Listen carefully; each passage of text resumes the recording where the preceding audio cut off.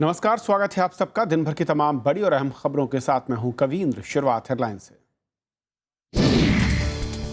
17 महीनों में बेहतर हुई अर्थव्यवस्था, इकोनॉमिक कॉन्क्लेव में प्रधानमंत्री का दावा। वित्त मंत्री ने की जरूरतमंदों को सब्सिडी की हिमायत। विकास के लिए जरूरी है बोलने की आजादी। जवाहरलाल नेहरू के 125वीं जयंती समारोह में पूर्व प्रधानमंत्री का बयान। कहा, लेखकों और विचारकों पर हमले जायज नहीं।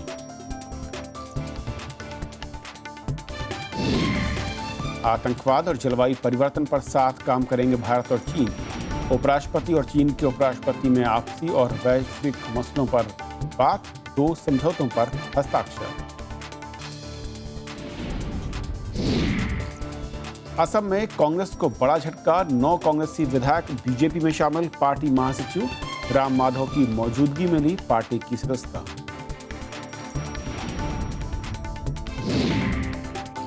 और मोहाली में फिरकी में फंसे दक्षिण अफ्रीकी बल्लेबाज। 184 रनों पर ढेर। अश्विन ने लिए 5 विकेट। भारत को पहली पारी में 17 रन की बढ़त।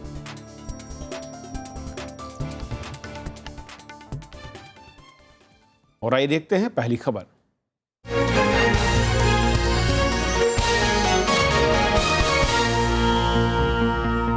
पूर्व प्रधानमंत्री मनमोहन सिंह ने कहा है कि विकास के लिए बोलने की आजादी जरूरी है। लेखकों और विचारकों पर हमले को किसी तरह से जायज नहीं ठहराया जा सकता। देश के पहले प्रधानमंत्री जवाहरलाल नेहरू की जयंती पर हुए समारोह में मनमोहन सिंह ने कहा कि असहमति के अधिकार के दमन की इजाजत नहीं दी जा सकती। पूर्व प्रधानमंत्री मनमोहन सिंह ने हाल ही में लेखकों और विचारकों पर हमले पर चिंता जताई है। देश के पहले प्रधानमंत्री जवाहरलाल नेहरू की 125वीं जयंती पर हुए समारोह में उन्होंने कहा कि धर्म किसी भी सार्वजनिक नीति का आधार नहीं बन सकता। is deeply concerned at the recent tragic instances of blatant violation of the right to freedom of thought, belief, speech and expression in our country by some violent extremist groups. Manmohan Singh ने कहा कि खराब माहौल से आर्थिक विकास पर भी खतरा पैदा हो सकता है। Suppression of dissent or free speech poses a grave danger for economic development as well. There can be no free market without freedom.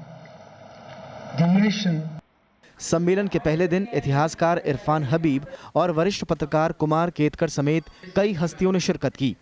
Pandit Nehru is particularly important because he led free India in the first 17 years, which agree to this, that there should be a secular India, that there should be equal treatment for all. समारोह में शामिल वक्ताओं ने कहा कि पंडित नेहरू की विचारधारा ने लोकतंत्र को मजबूत किया है। साथ ही जवाहरलाल नेहरू की विरासत को संजोने पर भी जोर दिया गया। इस सम्मेलन का आयोजन Rajiv Gandhi institute of contemporary studies ने कराया है। 2 दिन चलने वाले इस समारोह में शनिवार राहुल गांधी भी हिस्सा लेंगे। नवविक्रम सिंह, राज्यसभा टीवी। उधर बीजेपी ने पूर्व प्रधानमंत्री मनमोहन सिंह के बयान को खारिज कर दिया और उसे गुमराह करने वाला करार दिया। बीजेपी ने असहनशीलता के मुद्दे पर विपक्ष पर राजनीति करने का आरोप लगाया है। आपको राजनीति करना चाहते हैं इंटॉलरेंस की, तो मनमोहन सिंह जी आप पूर्व प्रधानमंत्री रहे हैं और इस तरह की आप बात करें और लोगों को, देश को भ्रमित करें और बांटें, ये शोभा नहीं देता। तरीके से पूर्व प्रधानमंत्री मनमोहन सिंह ने कहा है कि अभिव्यक्ति की आज़ादी ज़रूरी है और इसके बिना किसी भी देश में विकास मुमकिन नहीं है। और जिस तरीके से हाल के दिनों में एक बड़े वर्ग में कहूँ, लेखक से लेकर वैज्ञानिक और अलग अलग साहित्यकारों ने इस मसले पर अपनी राय मुखर की है और उसके बाद एक बड़ी बहस छिड़ चुकी है कि क्या वाकई असहिष्णुता का माहौल बढ़ रहा है और इस पूरे मसले पर सरकार को सीधे एक बड़ा वर्ग कटघरे में खड़ा कर रहा है। उसी कड़ी में मनमोहन सिंह ने इस तरीके से एक बार हमला बोला। बीजेपी हालांकि उसे खारिज कर रही है, लेकिन कांग्रेस के नेता ये कह रहे हैं कि जिस तरीके से जवाहरलाल नेहरू का जो एक सपना था और जो उनकी विरासत थी, उसको भी इस वक्त खतरा दिख रहा है। जिस तरह से सरकार ऐसे मसलों पर न सिर्फ मौन है और मौन सहमति भी नजर आती दिख रही है।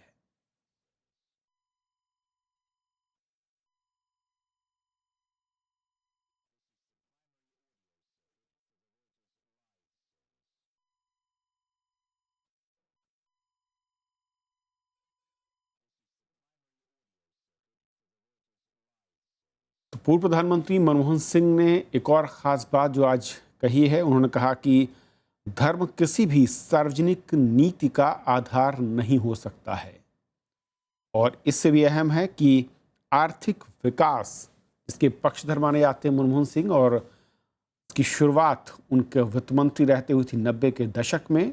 उसको लेकर उनका साफ कहना है कि अगर देश में माहौल ख़राब होता है तो इसका सीधा असर निवेश पर पड़ता है, यानी कि विकास पर।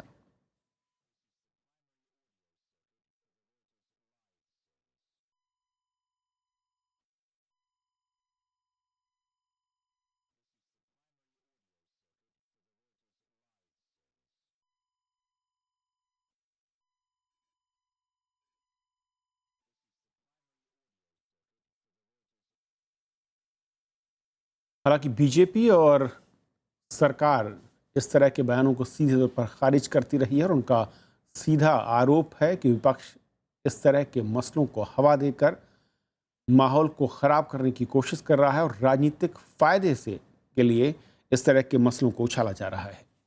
और हमारे साथ इस पूरे मसले पर बातचीत करने के लिए पूर्व विदेश मंत्री के नटवर सिंह जी मौजूद हैं। के नटवर सिंह जी, बहुत बहुत स्वागत है आपका राज्यसभा टीवी के साथ बातचीत करने के लिए। सबसे पहले मैं समझना चाहूँगा कि जिस तरीके का एटमॉस्फेयर दिख रहा है और एक बड़ा तबका है जिसने आवाज़ बुलंद की है, हालांकि सरकार कह रही है कि जो पूरा माहौल है इस न सिर्फ सरकार को बदनाम करने के लिए है बल्कि राजनीतिक नफ़े के लिहाज से है, क्या कहेंगे आप? देखिए, मेरी उम्र करीब करीब हो गई है 87 साल की।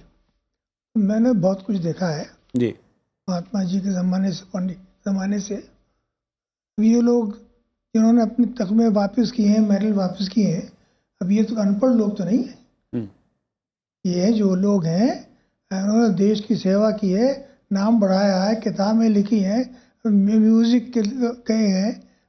तो ये लोग अगर ये कह रहे हैं कि भाई हमारी आत्मा इसको मंजूर नहीं कर रही है तो उनको बुरा भला कहना तो ठीक नहीं है मेरे ख्याल में, क्योंकि हमारी डेमोक्रेसी है, हर एक किसी को कहने का हक है। और ये जो हैं, जो लोग आए हैं, ये कोई मामूली हस्ती तो है नहीं। लेकिन नटवर सिंह जी, सरकार या फिर मैं कहूँ कि बीजेपी कह रही है कि जो लोग इस तरह के मसलों की आवाज़ बुलंद कर रहे हैं वो सिलेक्टिव मैटर्स पर कर रहे हैं और सरकार को बदनाम करने के लिए कर रहे हैं। देखिए, सरकार को बदनाम करना आसान नहीं है। ये बहुत बड़ा देश है, बहुत बड़ी सरकार है, पुख्ता सरकार है, उसको बदनाम करना आसान नहीं है। ये बदनाम नहीं कर रहे हैं, ये आवाज़ आ रही है, उनकी आत्मा से आ रही है। ये किसी के लिए तो गाली गलौज तो नहीं कर रहे हैं, सिर्फ कह रहे हैं भाई हमें कुछ मतभेद हैं, वो हम अपने हिंदुस्तान के अवाओं के सामने रख रहे हैं। और जिस तरीके से पूर्व प्रधानमंत्री मनमोहन सिंह भी कहते हैं कि अगर इस तरह का माहौल रहा तो सीधा असर विकास पर पड़ता है, क्योंकि जो निवेश है वो कहीं ना कहीं उसको लेकर संशय, यानी कि स्थिति खराब होती दिखती है। किस तरीके से आप देखते हैं कि पिछले मैं कहूँ कि 5 दशक और आज के इस 2 साल या 1.5 साल के कार्यकाल में क्या वाकई इतना बड़ा फ़र्क, इतना बड़ा अंतर दिखने लगा है कि जिसका सीधा असर या जिसकी आशंका मनमोहन सिंह जी जाहिर कर रहे हैं? देखिए, मैं सरकार पर टिप्पणी नहीं करना चाहता, क्योंकि ये हमारे प्रधानमंत्री हैं, बड़े आदमी हैं, उनकी बड़ी मेजॉरिटी है। मगर मेरे ख्याल में इनके जो 2-4 लोग अजीब तरह का बयान देते हैं, शोभा नहीं देता किसी को। जवाहरलाल जवान नहीं ऐसी भाषा बोली गई, ना इंदिरा जी के में, महात्मा जी का सवाल ही पैदा नहीं होता, ना सरदार पटेल के ज़माने में, ना मौलाना के ज़माने, ना राजेंद्र प्रसाद के ज़माने में। ये तो पहली दफ़ा है। ये रोज़ ना रोज़ कुछ बयान आते हैं। तो मेरे जैसे इंसान को और मेरी उम्र वाले आदमी को बड़ा दुख होता है। नटवर सिंह जी, क्या आपको इस बात में आप सहमत हैं या फिर वाकई ये सिर्फ जो है मैं कहूँ कि पर्दा डालने की कोशिश दिखती है? बीजेपी और सरकार के लोग ये कहते हैं कि जो बयान आ रहे हैं, जो कुछ घटनाएं होती हैं, उसका सरकार से सीधा संबंध नहीं होता है और विपक्ष इस पूरे मसले पर जानबूझकर सरकार को घेरने की कोशिश करता है। घटनाएं राज्यों में होती हैं और सीधा जोड़ दिया जाता है केंद्र सरकार के साथ। नहीं, मगर जहाँ तक जिन्होंने अपने मेडल वापस किए हैं, जो कुछ उनको खिताब मिले हैं, तो उनमें से तो कोई राजनीति में तो है नहीं, जहाँ तक मुझे याद है उनमें एक भी पॉलिटिशियन तो है नहीं। तो ये कहना कि साहब वो उनको बदनाम कर रहे हैं, कौन कर रहे हैं बदनाम? मैं तो नहीं कर रहा, मैं तो सम्मान करता हूँ प्रधानमंत्री का, और जीत कर आए हैं, अपनी मेजोरिटी लेके आए, सरकार करेंगे। मगर अगर जो कुछ लोग कह रहे हैं, अब ये जो पढ़े लिखे लोग हैं उनको अनुभव है, उनको तकलीफ होती है। नेहरू सिंह जी के आखिरी सवाल के साथ, क्योंकि वक्त खत्म हो रहा है, जिस तरीके का माहौल है, किस तरह के कदम की ज़रूरत इस वक्त है देश की सरकार की ओर से, आप उम्मीद करते हैं जो होना चाहिए ताकि ये एटमॉस्फेयर, जो माहौल है, ये न सिर्फ सुधरे और जो विश्वास होना चाहिए था, जो कुछ वर्गों में अविश्वास शायद बढ़ता दिख रहा है, वो भी खत्म हो जाए? देखिए, अभी तो बहुत जल्दी 18 महीने भी नहीं हुए इस सरकार को, मगर ये ज़रूर है कि कुछ इनको ध्यान देना चाहिए कि भाई हर पार्टी वालों को हमारे स्वतंत्रता संग्राम में क्या हुआ। पार्लियामेंट को देखिए, जवाहरलाल जी या सरदार पटेल या राजा जी के ज़माने में कोई धरना देता था लोकसभा में, कोई नारेबाजी करता था वहाँ पर लोकसभा के अंदर, कोई अपनी पोस्टर लाता था वहाँ। तो ये ख्याल करना चाहिए कि भाई हमारी परंपरा कैसी है। इतने बड़े बड़े लोग यहाँ पैदा हुए हैं, उनको सबक सिखाया हमने, तो ये हमें गरूर होना चाहिए कि अपने बड़े नेता हमारे देश में थे।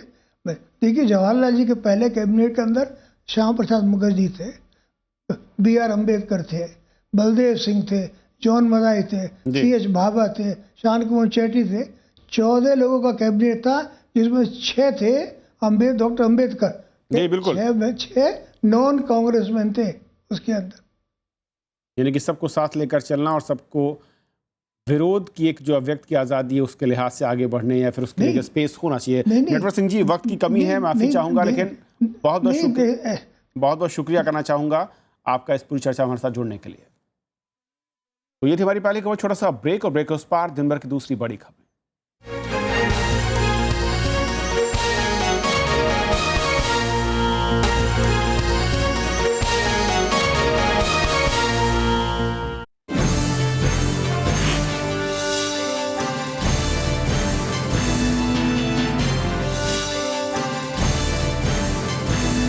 अजनबी शहर में गजल का रंग और उनका तर्ज बयां, तेरी आँखों में कई रंग, इंसानियत की एक मिसाल और दर्दमंद दिल। इतनी शक्ति हमें देना दाता। मेरी किस्मत में कुछ यूँ लिखा था कि मैं बुज़ुर्गों की सेवा अपने हाथ में लूँ, और मैं 10 साल से इस काम में लगा हूँ। पूना में एक छोटा सा आशियाना बनाया है उनके लिए। सोना तुम्हें लगे। मिलिए शख्सियत में मशहूर व मारूफ गजल गायक अशोक खोसला से, शनिवार रात 10:30 बजे और रविवार सुबह 11 बजे, सिर्फ राज्यसभा टीवी पर।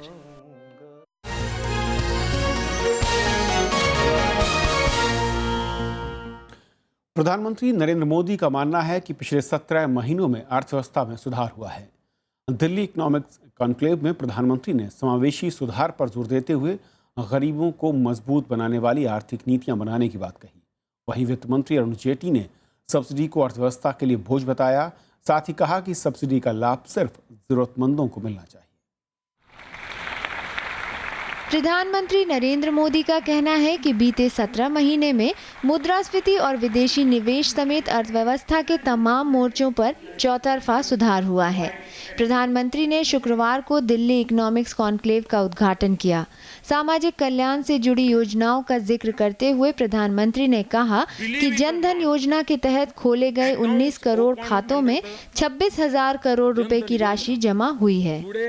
Financial inclusion is not just about opening bank accounts or enabling electronic payments. I firmly believe that India has tremendous entrepreneurial energy. This needs to be harnessed so that we become a nation of job creators rather than job seekers. प्रधानमंत्री ने काला धन वापस लाने की सरकारी कोशिशों का भी जिक्र किया। उनके मुताबिक 10,500 करोड़ रुपए के काले धन का पता लगाने में मदद मिली है। प्रधानमंत्री ने कहा कि सरकारी नीतियों का मुख्य फोकस गरीबों को आर्थिक नजरिए से मजबूत बनाने पर होना चाहिए। Well design schemes and subsidies do have an important place, but empowering the poor is far more effective than empowering the poverty alleviation industry. सम्मेलन में शिरकत करते हुए वित्त मंत्री अरुण जेटली ने उच्च विकास दर को गरीबी के खिलाफ सबसे बड़ा हथियार करार दिया। उन्होंने सिर्फ जरूरतमंदों को ही सब्सिडी मिलने की हिमायत की। Should we allow subsidies to continue indefinitely as an unquantified amount going to an unidentifiable section of people, or do we make sure that they are targeted to specific categories which need them the most? वित्त मंत्री ने माना कि वैश्विक अर्थव्यवस्था के लिए हालात मुफीद नहीं हैं। इसके बावजूद भारत में तेज रफ्तार से विकास की अपार संभावनाएं हैं। वित्त मंत्रालय के इस सम्मेलन की थीम जैम यानी जन धन, आधार और मोबाइल रखी गई है। Bureau report, Rajya Sabha TV. Bharat और चीन ने आतंकवाद और जलवायु परिवर्तन पर मिलकर काम करने की बात दोहराई है। चीन ने व्यापार संतुलन दूर करने के लिए चीनी निवेश बढ़ाने की वकालत की है। उपराष्ट्रपति मोहम्मद हामिद अंसारी और चीन के उपराष्ट्रपति ली युआनचाओ के बीच बातचीत में दोनों देशों ने विवादित मसलों को बातचीत से हल करने पर सहमति जताई। उपराष्ट्रपति मोहम्मद हामिद अंसारी और चीन के उपराष्ट्रपति ली युआनचाओ के बीच शुक्रवार को दिल्ली में आपसी और अंतर्राष्ट्रीय मुद्दों पर विस्तार से बातचीत हुई। वार्ता के बाद दोनों देशों ने 2 समझौते किए। ये समझौते लांगचेन जांगपो और सतलुज नदी में बाढ़ के दिनों में पानी के आंकड़े साझा करने और चीन में गुप्तकाल की कला के प्रदर्शन से जुड़े हैं। China and India are friends. We hope you have a good future and we developed together. Thank you. चीन के उपराष्ट्रपति ने प्रधानमंत्री नरेंद्र मोदी से भी मुलाकात की। भारत ने आतंकवाद, व्यापार में असंतुलन, सुरक्षा परिषद में सुधार और जलवायु परिवर्तन पर सहयोग के मुद्दे उठाए। चीन ने भी इन पर सहयोग की बात की। इस यात्रा को विश्वास बहाली के लिए अहम माना जा रहा है। The visit of the Chinese Vice President is part of the intensification of high-level exchanges between India and China. Since the formation of the new government in May 2014, Prime Minister Modi has met President Xi Jinping 5 times and Premier Li Keqiang twice. Vice President Shri Hamid Ansari had paid a visit to China in June 2014. चीन के उपराष्ट्रपति इससे पहले औरंगाबाद और कोलकाता भी गए। उन्होंने गुरुदेव रविंद्रनाथ टैगोर के पैतृक घर का दौरा किया। औरंगाबाद और चीन के डुओहांग शहर मिलकर काम करने के इच्छुक हैं, जबकि पश्चिम बंगाल में चीन सवारी बसों का निर्माण करना चाहता है। अखिलेश तुमन, राज्यसभा टीवी। भारत और इंडोनेशिया अब संयुक्त कार्य समूह के जरिए सुस्त पड़े आपसी व्यापार और समझौतों को रफ्तार देंगे। इंडोनेशिया के दौरे से बीती रात लौटे उपराष्ट्रपति मोहम्मद हामिद अंसारी ने आसियान देशों के साथ संपर्क बढ़ाने को सरकार की एक्ट ईस्ट नीति की प्राथमिकता बताया। उन्होंने कहा कि सहिष्णुता और बहुलवाद देश के संविधान में रचा बसा है और इस बारे में दुनिया भारत से सीख लेती है। इंडोनेशिया दौरे से स्वदेश लौटते वक्त विशेष विमान में उपराष्ट्रपति मोहम्मद हामिद अंसारी ने भारत इंडोनेशिया के बीच व्यापार को और बढ़ाने पर जोर दिया। उन्होंने कहा कि दोनों देश संयुक्त कार्य समूह का गठन करके आपसी समझौतों को अब तेजी से लागू करेंगे। Perhaps the time has come for us to set up a joint working group which will work to time schedules and report to the principals. And I'm very happy to say that he readily accepted this suggestion and now the two systems will get down and work on it. उपराष्ट्रपति ने असहिष्णुता के मुद्दे पर देश में चल रही बहस पर भी खुलकर अपनी राय रखी। No political party actually says that intolerance is their agenda. Everybody's agenda is the same. I'm talking of proclaimed agenda. If there are shortcomings for this reason or that reason, that's another matter. उपराष्ट्रपति ने कहा कि धर्म को आतंकवाद से जोड़ना ठीक नहीं है। उनकी यात्रा के दौरान दोनों देशों के बीच आयुर्वेद, सांस्कृतिक आदान प्रदान और नव एवं नवीकरणीय ऊर्जा से जुड़े समझौते हुए। इसके अलावा इंडोनेशिया के साथ दक्षिण चीन सागर, जलवायु परिवर्तन और समुद्री सुरक्षा के मुद्दों पर भी चर्चा हुई। उपराष्ट्रपति इंडोनेशिया और ब्रुनेई के दौरे पर 1 नवंबर को गए थे, लेकिन बाली में ज्वालामुखी रिसाव के चलते एयरपोर्ट से उड़ानें रद्द होने के बाद उन्हें इंडोनेशिया से ही भारत लौटना पड़ा। अमृता राय, राज्यसभा टीवी। केंद्र सरकार पूर्व सैनिकों के लिए वन रैंक वन पेंशन की योजना लागू करने के लिए दीपावली से पहले अधिसूचना जारी कर देगी। पूर्व सैनिकों ने आज अधिसूचना में देरी पर नाराजगी जताते हुए अगले हफ्ते से अपने मेडल वापस करने की चेतावनी दी और इसके बाद मीडिया के सवाल का जवाब देते हुए रक्षा मंत्री मनोहर पर्रिकर ने कहा कि दिवाली से पहले OROP लागू हो जाएगी। वन रैंक वन पेंशन को लागू करने के लिए पूर्व सैनिक लगातार 145 दिन से दिल्ली के जंतर मंतर पर बैठे हुए थे। पूर्व सैनिकों ने अगले हफ्ते से आंदोलन और तेज करने की भी चेतावनी दी है। केंद्र सरकार ने पूर्व सैनिकों की मांग को मानते हुए 5 सितंबर को OROP लागू करने का ऐलान किया था। पहले हो जाएगा, दिवाली से पहले हो जाएगा सर, होना चाहिए। राहुल गांधी ने पंजाब दौरे के दूसरे दिन पदयात्रा कर किसानों से मुलाकात की। उन्होंने किसानों की समस्याओं को जाना। राहुल ने किसानों की बदहाली के लिए एक बार फिर राज्य सरकार को दोषी करार दिया। कांग्रेस उपाध्यक्ष राहुल गांधी ने पंजाब दौरे के दूसरे दिन भूंकियावाला से मल्लावाला तक पदयात्रा की। इस दौरान उन्होंने किसानों से मुलाकात कर उनकी समस्याएं जानी। कांग्रेस उपाध्यक्ष ने आरोप लगाया कि मौजूदा सरकार राज्य में किसानों की बदहाली के लिए जिम्मेदार है। पंजाब एक ऐसा प्रदेश है जहां हर एक चीज को, चाहे वो शिक्षा हो, खेती हो, बीज हो, पानी हो, बिजली हो, सबका सब एक परिवार ने कंट्रोल करके रख रखा है और आजकल वो आपके बीच में भी नहीं आ पा रहे। इससे पहले राहुल गांधी ने बटिंडा के पास तलवंडी में गुरुद्वारा तख्त दमदमा साहिब में मत्था टेका। कांग्रेस उपाध्यक्ष राहुल गांधी ने बटिंडा के भगवानगढ़ में आत्महत्या करने वाले किसान जगदेव सिंह बोगड़ के परिजनों से मुलाकात कर अपनी संवेदना जताई। राहुल गांधी ने यही विश्वास दिया जी, हमारी सरकार तो है नहीं, हम आपके बलों, हाँ हमारे बलों नौकरी तुम्हारे को मतलब देंगे, मतलब जॉब बढ़िया देंगे। माली मदद भी करके गए जी, 1 लाख की। बटिंडा में सफेद कीट के प्रकोप के चलते किसानों को भारी नुकसान उठाना पड़ा है, जिसे लेकर पिछले महीने किसानों ने रेल रोको आंदोलन चलाया था। इसे देखते हुए राहुल गांधी का ये दौरा काफी अहम माना जा रहा है। राहुल गांधी ने किसानों की बदहाली के अलावा युवाओं में बढ़ती नशाखोरी और बेरोजगारी की समस्या पर भी चिंता जताई। Bureau report, Rajya Sabha TV. Assam में अगले साल होने वाले विधानसभा चुनाव से पहले सत्ताधारी कांग्रेस को झटका लगा है। पार्टी के 9 विधायकों ने बीजेपी ज्वाइन कर ली है। ये सभी हेमंता बिस्व शर्मा गुट के थे। शर्मा अगस्त में बीजेपी में शामिल हुए थे और इन विधायकों को अगस्त में कांग्रेस के बाहर करने का प्रस्ताव पारित हुआ था। कांग्रेस ने कहा है कि इन विधायकों के जाने से पार्टी पर कोई असर नहीं पड़ेगा। असम में कांग्रेस करीब 15 वर्ष से सत्ता में है। अब असम का भविष्य बदलना निश्चय है, ये बात तो असम के मुख्यमंत्री जी को भी मालूम हो गया है। इसलिए मैं आज अखबारों में पढ़ रहा था कि वो बहुत एक प्रकार से व्याकुल है। अब कह रहे हैं कि जो भी आए, वो भी बुला रहे, जो भी आए साथ में आ जाए, बीजेपी को रोकना है। मोहाली टेस्ट का दूसरा दिन गेंदबाजों के नाम रहा है। भारतीय स्पिनर्स के आगे दक्षिण अफ्रीकी बल्लेबाज बेबस नजर आए। दक्षिण अफ्रीका की टीम पहली पारी में 184 रन पर सिमट गई। इस तरह से भारत पहली पारी के आधार पर 17 रन की बढ़त लेने में कामयाब रहा।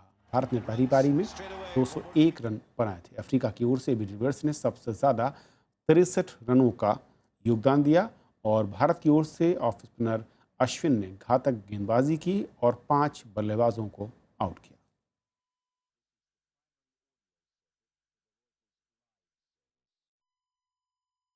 तो इस बुलेटिन में अभी इतना ही। नमस्कार।